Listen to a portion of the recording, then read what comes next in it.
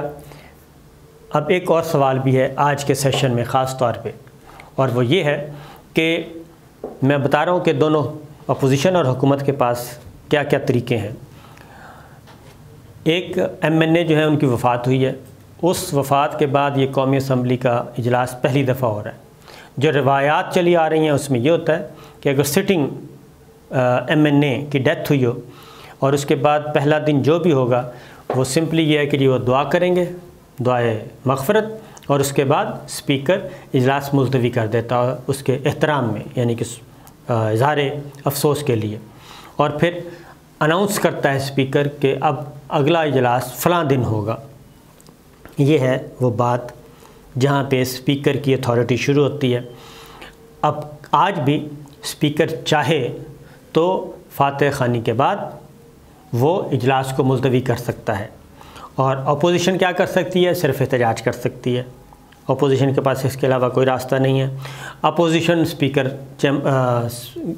Dice کا گھیراؤ کر سکتی ہے۔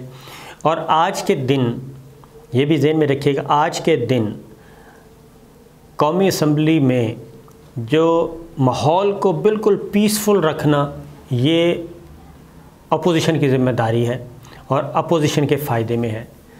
حکومت کیا کرے گی؟ حکومت کے ارکان جو ہیں وہ کوئی نہ کوئی ایسی بات کریں گے مشتعل کرنے والی کہ اجلاس جو ہے وہ ہاؤس جو ہے وہ ان آرڈر نہ رہے، وہاں پہ بدنظمی ہو جائے، کوئی نہ کوئی لڑائی ہو جائے، کوئی نہ کوئی گالم گلوچ ہو جائے۔